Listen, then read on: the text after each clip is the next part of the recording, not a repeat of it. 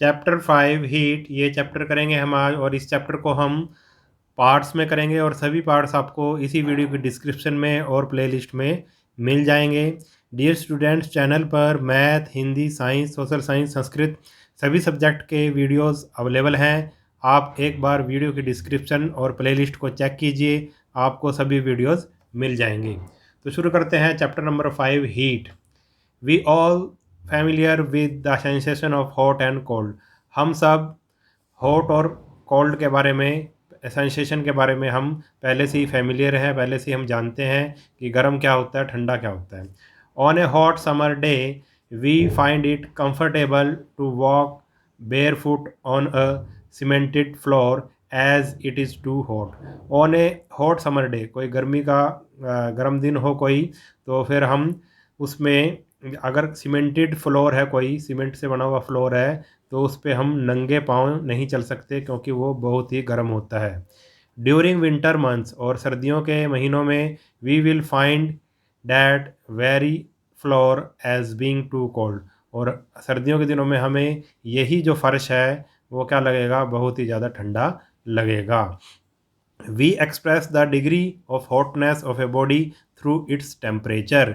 तो हम hotness of a body, किसी भी बॉडी की हॉटनेस, ठीक है, we express the degree of hotness, कि कोई चीज़ कितनी गर्म है कितनी ठंडी है, उसको हम उसके टेम्परेचर से बताते हैं। ठीक है, the more is the temperature of body the hotter it is and vice versa. जितना उस बॉडी का टेम्परेचर ज़्यादा होगा उतनी ही वो गर्म होगी, और जितना उस बॉडी का टेम्परेचर कम होगा उतनी ही वो ठंडी होगी। अब हीट एज एनर्जी, ये टॉपिक पढ़ते हैं हम। We know from our daily experience that a bottle of ice cold milk left on a table on a hot summer day soon warms up. हमने अपने डेली एक्सपीरियंस से हम ये जानते हैं, अगर हम आइस कोल्ड मिल्क की एक बोतल टेबल पे रखते हैं, तो अगर उसको कुछ देर के बाद देखेंगे, हॉट समर डे है, गर्मी का दिन है, अगर हम कुछ समय के बाद देखेंगे तो वो जो ठंडी बोतल थी वो क्या हो जाती है भाई, गर्म हो जाती है। A glass tumbler of boiling hot milk kept on the same table cools down after a while. और अगर एक गर्म दूध का गिलास हम रखें, टम्बलर रखें, और उसको कुछ देर के बाद देखें, तो हम देखेंगे कि वो ठंडा हो चुका है। It shows that when the temperature of a body and its surrounding are different, there is a transfer of energy between the body and its surrounding. It shows, यह दिखाता है कि जब when the temperature of the body, किसी body का temperature और जो surrounding जहाँ पे उसको रखा गया है उसका टेम्परेचर, उसके आसपास का टेम्परेचर अगर डिफरेंट है, अगर डिफरेंट है, एक जैसा नहीं है, बॉडी का और सराउंडिंग का, जो जहाँ पर वो बॉडी रखी है उसके आसपास का, सराउंडिंग का मतलब उसके आसपास का टेम्परेचर बॉडी के अगर सेम नहीं है, डिफरेंट है, तो फिर क्या होगा, transfer of energy between the body and the surrounding. तो ट्रांसफ़र ऑफ एनर्जी हो जाएगा, ठीक है, एनर्जी का ट्रांसफ़र होगा किस किस में, बॉडी और सराउंडिंग के बीच में। This transfer continues till the body and its surrounding attain the same temperature. और ये ट्रांसफ़र ऑफ एनर्जी तब तक चलेगा जब तक कि बॉडी का टेम्परेचर और सराउंडिंग का टेम्परेचर सेम ना हो जाए। इन the case of ice cold milk bottle, heat flows from the surrounding to the bottle. In the case of boiling hot milk tumbler, it flows from the glass tumbler to the surrounding. अब इसने कहा है कि भाई जो अगर जब हमने आइस कोल्ड बोतल मिल्क की रखी थी, ठंडी बोतल रखी थी, तो heat flows from the surrounding to the बोतल। तो हीट हमेशा गर्म से ठंडे की तरफ चलती है। बोतल ठंडी थी और जो सराउंडिंग था वो थोड़ा गर्म था, तो हीट कहाँ से किधर की तरफ चली, heat flows from surrounding to the, surrounding से बोतल की तरफ चली, ठीक है। In the case of boiling hot milk, जब हॉट मिल्क बोतल रखी जब हमने, it flows from glass tumbler to the, तब बोतल गर्म थी, सराउंडिंग का टेम्परेचर उस बोतल से कम था, तो हीट कहाँ किधर से किधर फ्लो करी, गर्म गिलास की से सराउंडिंग की तरफ फ्लो करी। Based on such experiences we say that, इन जो हमने एक्सपीरियंस किए हैं उन पे बेस, उन जो हमने एक्सपीरियंस प्राप्त किया है, तो हम कह सकते हैं कि heat heat is a form of energy, heat energy, thermal energy. Heat क्या है? एक फॉर्म ऑफ एनर्जी है, चाहे आप उसको हीट एनर्जी कहो या थर्मल एनर्जी कहो, यानी कि हीट एक एनर्जी है, फॉर्म ऑफ एनर्जी है। That is transferred from one body to another, जो एक बॉडी से दूसरी बॉडी की तरफ ट्रांसफ़र होती है due to the existence of a temperature difference between them. किसके कारण? जब क्या होता है भाई? टेम्परेचर का डिफरेंस होता है बॉडी और सराउंडिंग के बीच में, ठीक है। टेम्परेचर का डिफरेंस होता है तो हीट फ्लो करती है, ठीक है, हीट एनर्जी फ्लो करती है। सेकंड है transfer of heat energy, thermal energy always take place from the body at higher temperature to that a lower temperature. और ट्रांसफ़र ऑफ हीट कैसे होगा? हमेशा हाई टेम्परेचर से लो टेम्परेचर की तरफ होगा, ठीक है। हाई टेम्परेचर जिसका होगा वहाँ से हीट फ्लो करेगी लो टेम्परेचर की तरफ, ठीक है। आगे है let us now perform an activity which shows that heat is a form of energy and it can be converted into other form of energy।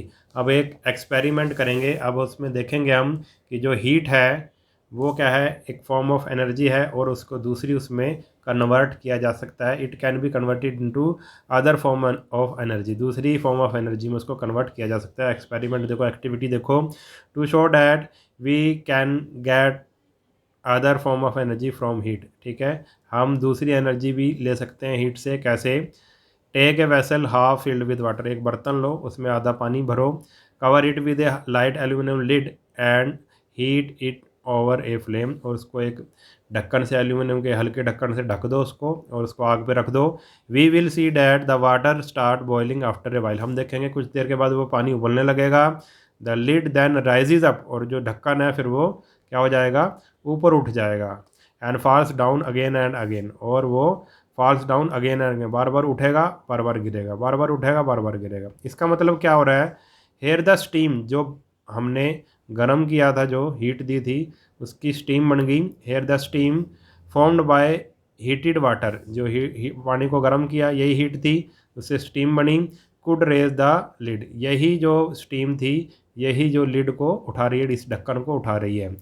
It therefore does mechanical work, इसलिए इसने क्या कर दिया? एक work कर दिया, mechanical work कर दिया। किसने?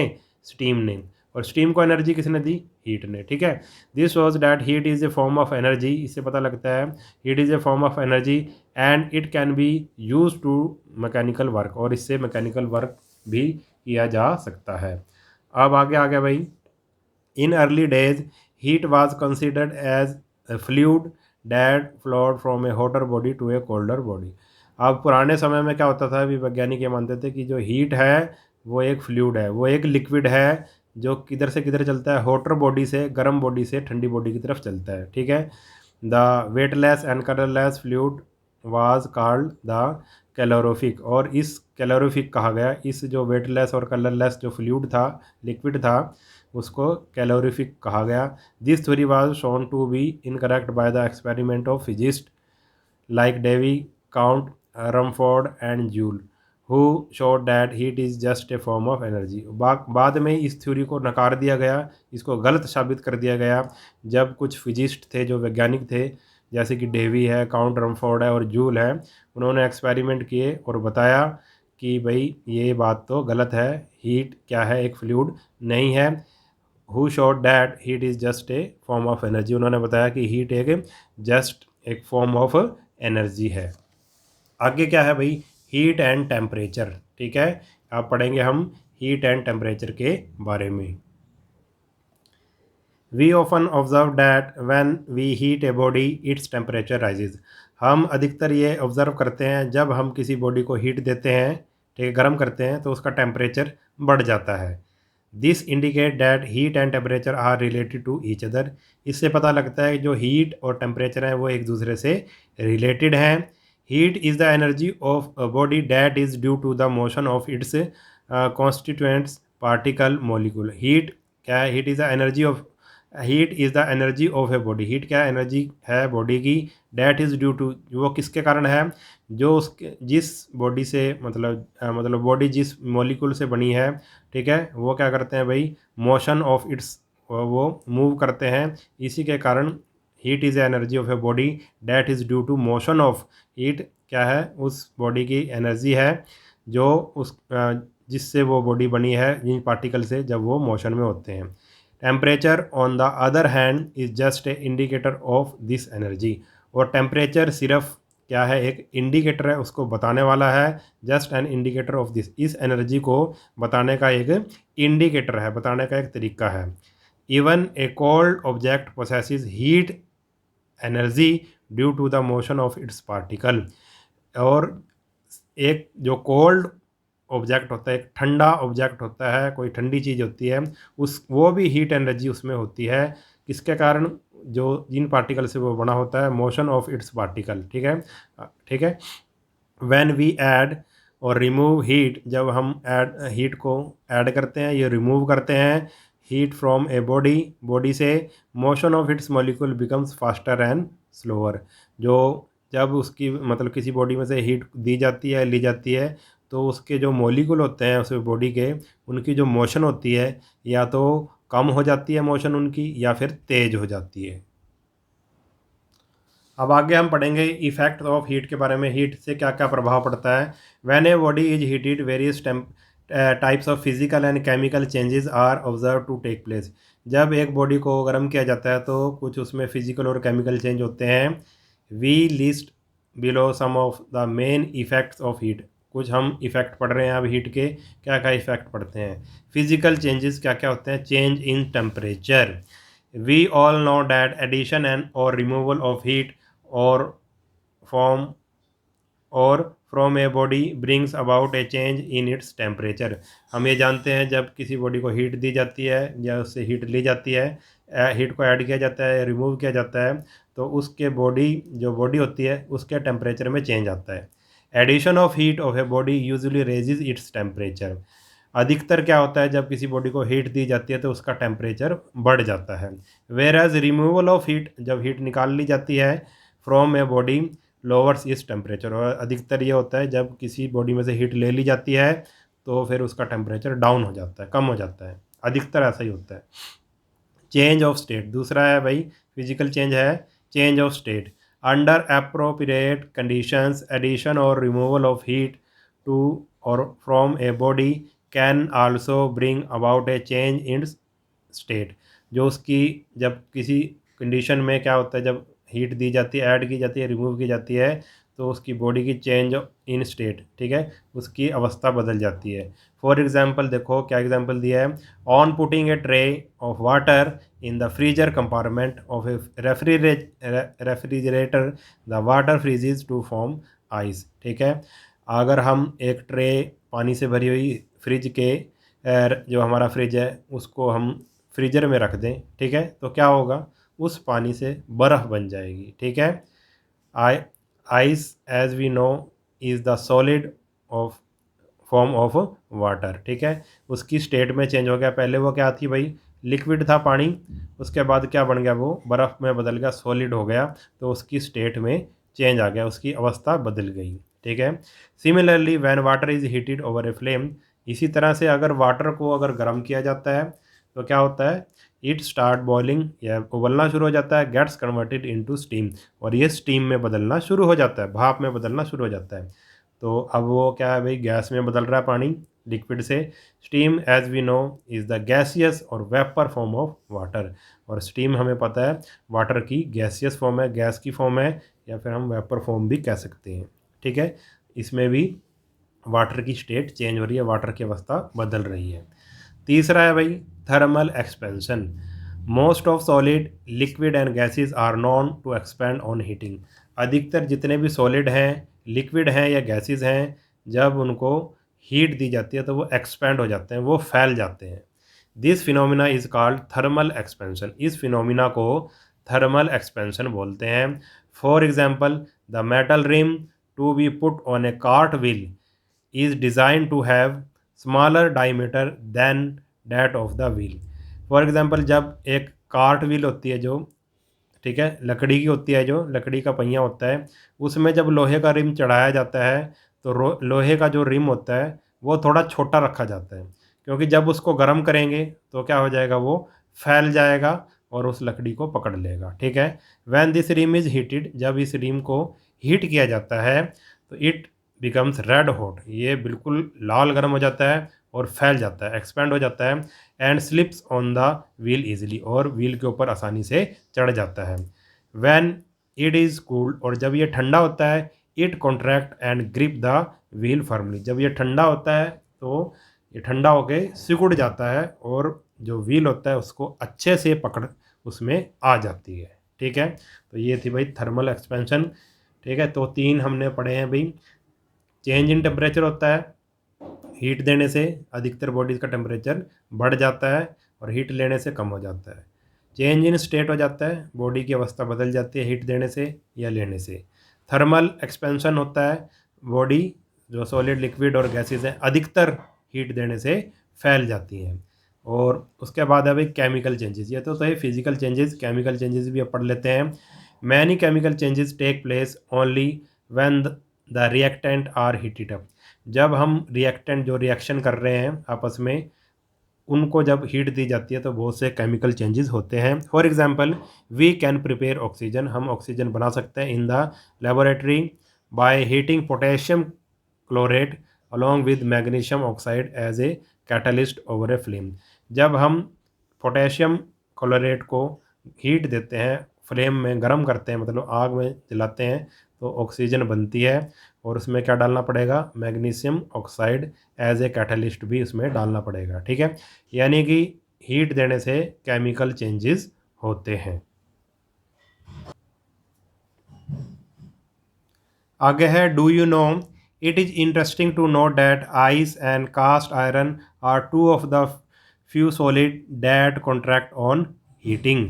अब एक इंटरेस्टिंग बात यह है कि जो आइस होती है, जो बर्फ़ होती है, और जो कास्ट आयरन होता है, are two of few solid that contract on heating, जो हीट देने पर कॉन्ट्रैक्ट हो जाते हैं, हीट देने पर फैलते नहीं हैं, वो सिकुड़ जाते हैं। हम ये अभी हमने पढ़ा है कि अधिकतर जो सॉलिड हैं वो हीट देने से फैलते हैं, एक्सपेंड करते हैं, मगर जो आइस या फिर कास्ट आयरन होता है वो क्या करता है, हीट देने से क्या करता है भाई, कॉन्ट्रैक्ट हो जाता है, सिकुड़ना शुरू हो जाता है। ठीक है, cold water at 4 degree Celsius is known to expand on cooling.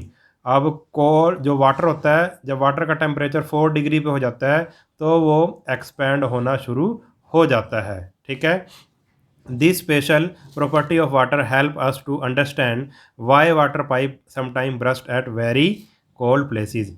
इसी प्रॉपर्टी के कारण क्या होता है भाई, जब ठंड ज़्यादा हो जाती है, जब 4 डिग्री पर हो जाता है टेम्परेचर, तो वाटर क्या होता है भाई, सिकुड़ने की जगह देखो कूलिंग में सिकुड़ता है, मगर ये उल्टा कर रहा है, वाटर 4 डिग्री पर वो फैलना शुरू हो जाता है।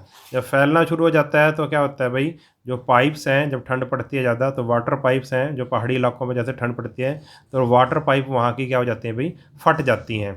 या फिर दूसरा एग्जाम्पल ये लिया, ए soft drink glass bottle often crack when left in the freezer compartment for a long time. अगर हम एक जो ग्लास की शीशे की बोतल सॉफ्ट ड्रिंक की अगर हम कहाँ रख दें, फ्रीजर में रख दें कंपार्टमेंट में लंबे समय के लिए, तो उसमें क्या आ जाता है भाई, क्रैक आ जाता है। क्योंकि 4 डिग्री पर क्या होगा, 4 डिग्री के बाद जो वाटर फैलना शुरू हो जाएगा। ठीक है, फैलना शुरू होने के कारण, ठीक है, उसका वॉल्यूम बढ़ जाएगा, वॉल्यूम बढ़ने के कारण क्या होगा भाई, वो जो क्रैक हो जाएगी वो बोतल प्रेशर से। It is also linked with the survival of aquatic animal even at places where atmospheric temperature goes down below 0 degree Celsius. It is also linked with, और यही जो वाटर की जो प्रॉपर्टी है, यही जो आइस की जो प्रॉपर्टी है, इसी के कारण ही जो ठंडे जगह पर जो होते हैं, मतलब कि पानी के अंदर जो जीव होते हैं, मछलियाँ वगैरह, इसी के कारण ही वो सरवाइव कर पाती हैं, ज़िंदा रह पाती हैं। ठीक है, जबकि जो टेम्परेचर है वो 0 डिग्री सेल्सियस से भी नीचे चला जाता है ऐसी जगह पर, मगर फिर भी मछलियाँ हैं वो ज़िंदा कैसे रहती हैं। ठीक है, अभी मैं उसको थोड़ा सा बता देता हूँ आपको। जैसे मान लो ये एक लेक है, ठीक है, इसमें लेक में ऐसे पानी है, यहाँ पे क्या है, मछलियाँ वगैरह हैं जो भी हैं। ठीक है, अच्छी नहीं बनी, चलो जैसी भी बनी है। ठीक है, ये मछलियाँ वगैरह इसमें तैर रही हैं। ठीक, तो अब मान लो टेम्परेचर कितना हो गया भाई, मान लो सराउंडिंग का टेम्परेचर होगा 6 डिग्री। 6 डिग्री पे तो अभी बर्फ़ नहीं जमेगी, ऐसे ठंडा हो जाएगा।